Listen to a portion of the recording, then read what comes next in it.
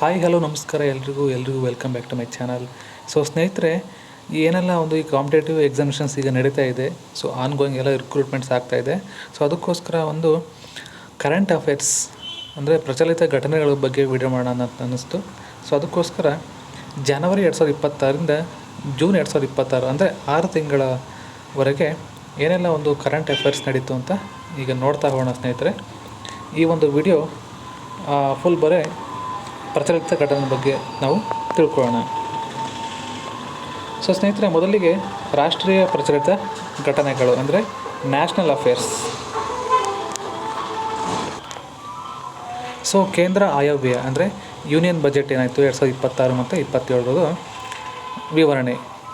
ಕೇಂದ್ರ ಹಣಕಾಸು ಸಚಿವರು 2026 ಫೆಬ್ರವರಿಯಲ್ಲಿ ಬಜೆಟ್ ಮಂಡಿಸಿದ್ದು, ಮೂಲಸೌಕರ್ಯ, ಕೃಷಿ ಆಧುನೀಕರಣ ಮತ್ತು ಡಿಜಿಟಲ್ ಮೂಲಸೌಕರ್ಯಗಳಿಗೆ ಹೆಚ್ಚಿನ ಆದ್ಯತೆಯನ್ನು ನೀಡಲಾಯಿತು.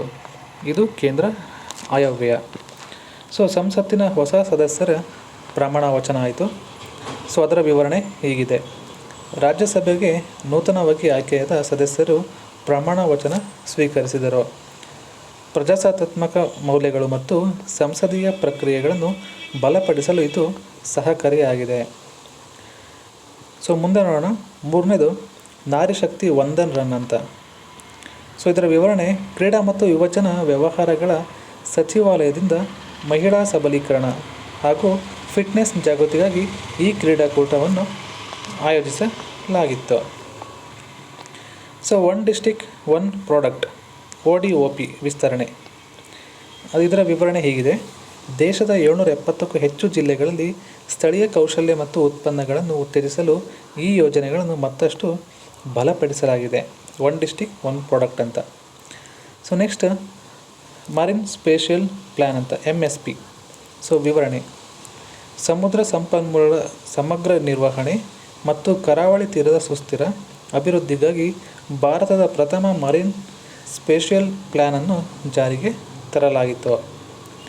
ಸೊ ಅಂತಾರಾಷ್ಟ್ರೀಯ ಸರಸ್ವತಿ ಮಹೋತ್ಸವ. ವಿವರಣೆ: ಸಂಸ್ಕೃತಿ ಮತ್ತು ನದಿ ನಾಗರಿಕತೆಯ ಪರಂಪರೆಯನ್ನು ಸ್ಮರಿಸಲು ಉತ್ತರ ಭಾರತದ ಪ್ರಮುಖ ರಾಜ್ಯದಲ್ಲಿ ಈ ಮಹೋತ್ಸವವನ್ನು ಆಚರಿಸಲಾಯಿತಂತೆ. ಸೊ ನೆಕ್ಸ್ಟ್ ನೋಡೋಣ. ರಸ್ತೆ ಸುರಕ್ಷತೆ ಮತ್ತು ಸಂವಿಧಾನಿಕ ಹಕ್ಕು. ಸೊ ವಿವರಣೆ: ಸುರಕ್ಷಿತ ರಸ್ತೆ ಪ್ರಯಾಣದ ಹಕ್ಕು right to safe road travel ಎಂಬ ಪರಿಕಲ್ಪನೆಯನ್ನು ಸಂವಿಧಾನದ ಜೀವಿಸುವ ಹಕ್ಕಿನ ಆರ್ಟಿಕಲ್ ನಂಬರ್ 21 ಪ್ರಕಾರ ವ್ಯಾಪ್ತಿಗೆ ಸೇರಿಸಿ ಚರ್ಚಿಸಲಾಯಿತಂತೆ. ಸೊ ನೆಕ್ಸ್ಟ್ ಭಾರತೀಯ ಸಿವಿಲ್ ಸೇವಾ ದಿನಾಚರಣೆ. ಹಾಗಂದರೆ ಏಪ್ರಿಲ್ 21ರಂದು ರಾಷ್ಟ್ರೀಯ ಸಿವಿಲ್ ಸೇವಾ ದಿನವನ್ನು ಆಚರಿಸಲಾಗಿದ್ದು, ಸಾರ್ವಜನಿಕ ಸೇವೆಯಲ್ಲಿ ಉತ್ತಮ ಸಾಧನೆ ಮಾಡಿದ ಅಧಿಕಾರಿಗಳಿಗೆ ಪ್ರಶಸ್ತಿಯನ್ನು ನೀಡಲಾಯಿತು. ಸೊ ನೆಕ್ಸ್ಟ್ ನೋಡೋಣ. ರಾಷ್ಟ್ರೀಯ ಜಲ ಪ್ರಶಸ್ತಿಗಳು ನ್ಯಾಷನಲ್ ವಾಟರ್ ಅವಾರ್ಡ್ಸ್ ಅಂತ. ಸೊ ಜಲ ಸಂರಕ್ಷಣೆ ಮತ್ತು ಮಳೆ ನೀರು ಕೊಯ್ಲಿನಲ್ಲಿ ಅತ್ಯುತ್ತಮ ಸಾಧನೆ ಮಾಡಿದ ರಾಜ್ಯಗಳು ಹಾಗೂ ಜಿಲ್ಲೆಗಳಿಗೆ ಕೇಂದ್ರ ಜಲಶಕ್ತಿ ಸಚಿವಾಲಯದಿಂದ ಪ್ರಶಸ್ತಿಗಳನ್ನು ನೀಡಲಾಯಿತು. ಮಿಷನ್ ಕರ್ಮಯೋಗಿ ಅಂದರೆ ಸರ್ಕಾರಿ ನೌಕರರ ಕೌಶಲ್ಯ ಅಭಿವೃದ್ಧಿ ಮತ್ತು ದಕ್ಷತೆಯನ್ನು ಹೆಚ್ಚಿಸಲು ಡಿಜಿಟಲ್ ತರಬೇತಿ ವ್ಯವಸ್ಥೆಯನ್ನು ಮತ್ತಷ್ಟು ವಿವರಿಸಲಾಯಿತಂತೆ. ಸೊ ನೆಕ್ಸ್ಟ್ ನೋಡೋಣ.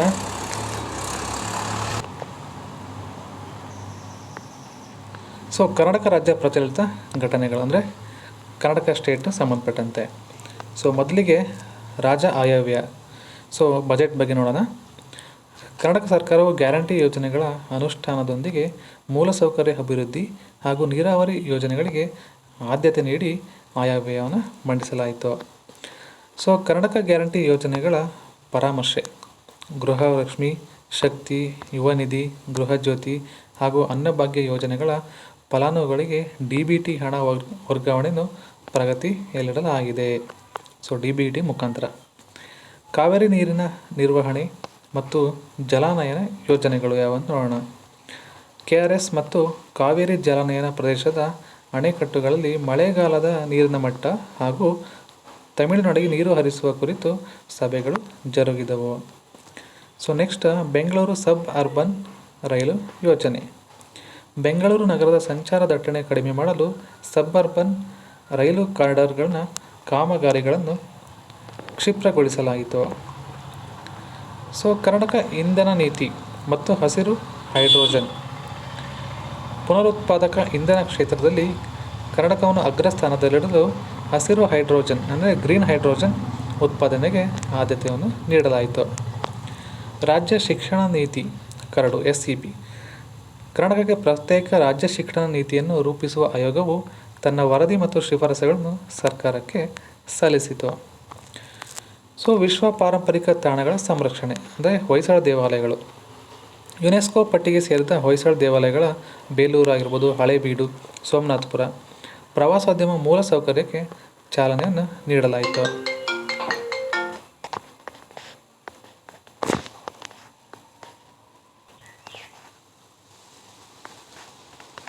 ನೆಕ್ಸ್ಟ್ ಕರ್ನಾಟಕ ಜಾಗತಿಕ ಹೂಡಿಕೆದಾರರ ಸಮಾವೇಶ ಇನ್ವೆಸ್ಟ್ ಕರ್ನಾಟಕ ಪ್ರಸ್ತಾವನೆ. ರಾಜ್ಯದ ಟೈರ್ 2 ಮತ್ತು ಟೈರ್ 3 ನಗರಗಳಲ್ಲಿ ಮೈಸೂರು, ಹುಬ್ಬಳ್ಳಿ, ಮಂಗಳೂರು ಹೂಡಿಕೆ ಆಕರ್ಷಿಸಲು ಯೋಜನೆಗಳನ್ನು ಸಿದ್ಧಪಡಿಸಲಾಗಿತ್ತು. ಸ್ನೇಹಿತರೆ, ಇಷ್ಟು ಕರ್ನಾಟಕ ಬಗ್ಗೆ.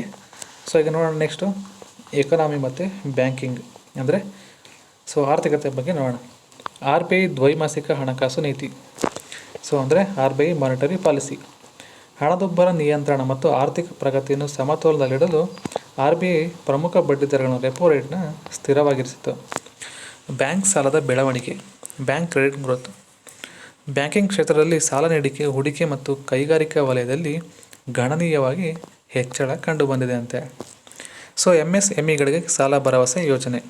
ಸಣ್ಣ ಮತ್ತು ಮಧ್ಯಮ ಪ್ರಮಾಣದ ಉದ್ದಿಮೆಗಳಿಗೆ ಯಾವುದೇ ಅಡಮಾನವಿಲ್ಲದೆ ಸಾಲ ಒದಗಿಸುವ ಗ್ಯಾರಂಟಿ ಯೋಜನೆಯನ್ನು ಬಲಪಡಿಸಲಾಯಿತು. GST ಸಂಗ್ರಹಣೆ. ಭಾರತದ ಮಾಸಿಕ GST ಸಂಗ್ರಹಣೆ ದಾಖಲೆ ಮಟ್ಟವನ್ನು ದಾಟಿದ್ದು ಆರ್ಥಿಕ ಚಟುವಟಿಕೆ ಸಕ್ರಿಯವಾಗಿರುವುದನ್ನು ಎತ್ತಿ ತೋರಿಸಿದೆ. ಡಿಜಿಟಲ್ ರೂಪಾಯಿ ಅಂದರೆ ಇ-ರೂಪಿ. RBIನ central bank digital currency CBDC ಚಿಲ್ಲರೆ ವ್ಯಾಪಾರ ಮತ್ತು ಅಂತರ್ ಬ್ಯಾಂಕ್ ವಹಿವಾಟುಗಳಲ್ಲಿ ಹೆಚ್ಚು ಬಳಕೆಯಾಗತೊಡಗಿದೆ. BEML ಸಾಧನೆ ಅಂದರೆ BEML ಸಂಸ್ಥೆಯು ಸಾರ್ವಜನಿಕ ವಲಯದ ಶ್ರೇಷ್ಠ ಪ್ರಶಸ್ತಿಗಳನ್ನು ಗಳಿಸಿದ್ದು ಸ್ವದೇಶಿ ಒಂದೇ ಭಾರತ್ ಸ್ಲೀಪರ್ ರೈಲುಗಳನ್ನು ವಿನ್ಯಾಸಗೊಳಿಸಿದೆ. ಓಕೆ, ಇಷ್ಟು ನೋಡಿದ್ವಿ ಆರ್ಥಿಕತೆ ಬಗ್ಗೆ. ಈಗ ಸೈನ್ಸ್, ಟೆಕ್ ಮತ್ತು ಎನ್ವಿರಾನ್ಮೆಂಟ್ ವಿಜ್ಞಾನ, ತಂತ್ರಜ್ಞಾನ ಮತ್ತು ಪರಿಸರ ಬಗ್ಗೆ ನೋಡೋಣ. ಏಜೆಂಟಿಕ್ AI ವಿಶ್ವ ದಾಖಲೆ. ವಿದ್ಯಾರ್ಥಿಗಳು ಕೇವಲ 2 ಗಂಟೆಗಳಲ್ಲಿ 1000 ಏಜೆಂಟಿಕ್ AI ಬೋಟ್ಗಳನ್ನು ಅಭಿವೃದ್ಧಿಪಡಿಸಿ ವಿಶ್ವ ದಾಖಲೆಯನ್ನು ನಿರ್ಮಿಸುತ್ತಾರೆ. ಗಗನಯಾನ್ ಮಿಷನ್. ಭಾರತದ ಪ್ರಥಮ ಮಾನವ ಸಹಿತ ಬಾಹ್ಯಾಕಾಶ ಯೋಜನೆ ಗಗನಯಾನ್ಗಾಗಿ ಇಸ್ರೋ ವಿವಿಧ ತುರ್ತು ನಿರ್ಗಮನ ಮತ್ತು ಪರೀಕ್ಷಾರ್ಥ ಪ್ರಯೋಗಗಳನ್ನು ಯಶಸ್ವಿಯಾಗಿ ನಡೆಸಿತು. ಇಸ್ರೋದಿಂದ ನೂತನ ಉಪಗ್ರಹ ಉಡಾವಣೆ. ಭೂವೀಕ್ಷಕ ಮತ್ತು ಹವಾಮಾನ ಮುನ್ಸೂಚನೆಗಾಗಿ ಇಸ್ರೋ PSLV ಮೂಲಕ ನೂತನ ಉಪಗ್ರಹವನ್ನು ಕಕ್ಷೆಗೆ ಸೇರಿಸಿತು. ಆರ್ಟಿಫಿಷಿಯಲ್ ಇಂಟೆಲಿಜೆನ್ಸ್ ಮಾರ್ಗದರ್ಶಿ ಸೂತ್ರಗಳು. ನ್ಯಾಯಾಂಗ ವ್ಯವಸ್ಥೆ ಮತ್ತು ಸರ್ಕಾರಿ ಆಡಳಿತದಲ್ಲಿ AI ನಿಯಂತ್ರಿತ ಬಳಕೆಗೆ ಸಂಬಂಧಿಸಿದ ಕರಡು ನಿಯಮಗಳನ್ನು ರೂಪಿಸಲಾಗಿತ್ತು. ಹೀಲಿಯಂ ಒಂದು ಆಯಕಟ್ಟಿನ ಸಂಪನ್ಮೂಲ. ಹೈಟೆಕ್ ಉತ್ಪಾದನೆ ಮತ್ತು ಬಾಹ್ಯಾಕಾಶ ಕ್ಷೇತ್ರದಲ್ಲಿ ಹೀಲಿಯಂ ಬಳಕೆಯ ಪ್ರಾಮುಖ್ಯತೆ ಕುರಿತು ಜಾಗತಿಕ ಮತ್ತು ರಾಷ್ಟ್ರೀಯ ಮಟ್ಟದಲ್ಲಿ ಹೊಸ ನೀತಿಗಳನ್ನು ಚರ್ಚಿಸಲಾಯಿತು. ಜಾಗತಿಕ ಜಿಯೋಪಾರ್ಕ್ಗಳು. ಭೂವೈಜ್ಞಾನಿಕ ಮಹತ್ವ ಹೊಂದಿರುವ ನೂತನ ತಾಣಗಳನ್ನು ಯುನೆಸ್ಕೋ ಜಾಗತಿಕ ಜಿಯೋಪಾರ್ಕ್ ಪಟ್ಟಿಗೆ ಸೇರಿಸಿತು. ಪಶ್ಚಿಮ ಘಟ್ಟಗಳ ಪರಿಸರ ಸೂಕ್ಷ್ಮತೆ. ಪಶ್ಚಿಮ ಘಟ್ಟಗಳ ಜೀವವೈವಿಧ್ಯ ಸಂರಕ್ಷಣೆ ಮತ್ತು ಕಸ್ತೂರಿ ರಂಗನ್ ವರದಿ ಜಾರಿ ಕುರಿತು ಪುನಃ ಪರಿಶೀಲನಾ ಸಭೆಗಳು ಜರುಗಿದವು. ಬಯೋಗ್ಯಾಸ್ ಮತ್ತು ಭಾರತದ ಇಂಧನ ಭದ್ರತೆ. ಜೈವಿಕ ತ್ಯಾಜ್ಯದಿಂದ ಇಂಧನ ತಯಾರಿಸುವ ಯೋಜನೆಗಳಿಗೆ ಆದ್ಯತೆ ನೀಡಿ ಸಸ್ಟೈನಬಲ್ ಟ್ರಾನ್ಸ್ಪೋರ್ಟೇಷನ್ ಉತ್ತೇಜಿಸಲಾಯಿತು. ನೆಕ್ಸ್ಟು ಅಂತಾರಾಷ್ಟ್ರೀಯ ನೋಡೋಣ ಸ್ನೇಹಿತರೆ, ಅಂದರೆ ಇಂಟರ್ನ್ಯಾಷನಲ್ ಅಫೇರ್ಸ್ ಬಗ್ಗೆ. ಡಸ್ಲಿಕ್ 2026 ಜಂಟಿ ಸೇನಾ ಕವಾತು. ಓಕೆ, ಭಾರತ ಮತ್ತು ಉಜ್ಬೇಕಿಸ್ತಾನ್ ಸೇನೆಗಳ ನಡುವಿನ ಜಂಟಿ ಮಿಲಿಟರಿ ಅಭ್ಯಾಸ ಡಸ್ಲಿಕ್ 2026 ಯಶಸ್ವಿಯಾಗಿ ನೆರವೇರಿತು. ಭಾರತ UK ಮುಕ್ತ ವ್ಯಾಪಾರ ಒಪ್ಪಂದ. ಭಾರತ ಮತ್ತು ಯುನೈಟೆಡ್ ಕಿಂಗ್ಡಮ್ ನಡುವಿನ ಸಮಗ್ರ ಆರ್ಥಿಕ ಮತ್ತು ವ್ಯಾಪಾರ ಒಪ್ಪಂದದ ಮಾತುಕತೆಗಳು ಅಂತಿಮ ಹಂತಕ್ಕೆ ತಲುಪಿದವು. ಅಂತಾರಾಷ್ಟ್ರೀಯ ಸೌರ ಒಕ್ಕೂಟ ವಿಸ್ತರಣೆ ISA. ಹೊಸ ದೇಶಗಳು ಅಂತಾರಾಷ್ಟ್ರೀಯ ಸೌರ ಒಕ್ಕೂಟ ಸೇರ್ಪಡೆಗೊಳ್ಳುವ ಮೂಲಕ ಸೌರಶಕ್ತಿ ಅಳವಡಿಕೆಗೆ ಜಾಗತಿಕ ಬೆಂಬಲ ಹೆಚ್ಚಾಯಿತು. ಭಾರತ ಆಸ್ಟ್ರೇಲಿಯಾ ವಾರ್ಷಿಕ ಶೃಂಗಸಭೆ. ದ್ವಿಪಕ್ಷೀಯ ಬಾಂಧವ್ಯ, ಶಿಕ್ಷಣ ಹಾಗೂ ಕ್ಲೀನ್ ಎನರ್ಜಿ ಕ್ಷೇತ್ರದಲ್ಲಿ ಸಹಕಾರ ಹೆಚ್ಚಿಸಲು ಉನ್ನತ ಮಟ್ಟದ ಚರ್ಚೆಗಳು ನಡೆದವು. ಇಂಡೋ ಪೆಸಿಫಿಕ್ ಕಾರ್ಯತಂತ್ರ. ಸಾಗರ ಸುರಕ್ಷತೆ ಮತ್ತು ಮುಕ್ತ ವ್ಯಾಪಾರಕ್ಕಾಗಿ ಭಾರತವು ಇಂಡೋ ಪೆಸಿಫಿಕ್ ವಲಯದ ದೇಶಗಳೊಂದಿಗೆ ರಾಜತಾಂತ್ರಿಕ ಬಾಂಧವ್ಯ ಬಲಪಡಿಸಿತು. ವಿಶ್ವಸಂಸ್ಥೆಯು CSR ಸಮಿತಿಗೆ ಭಾರತೀಯರ ನೇಮಕ.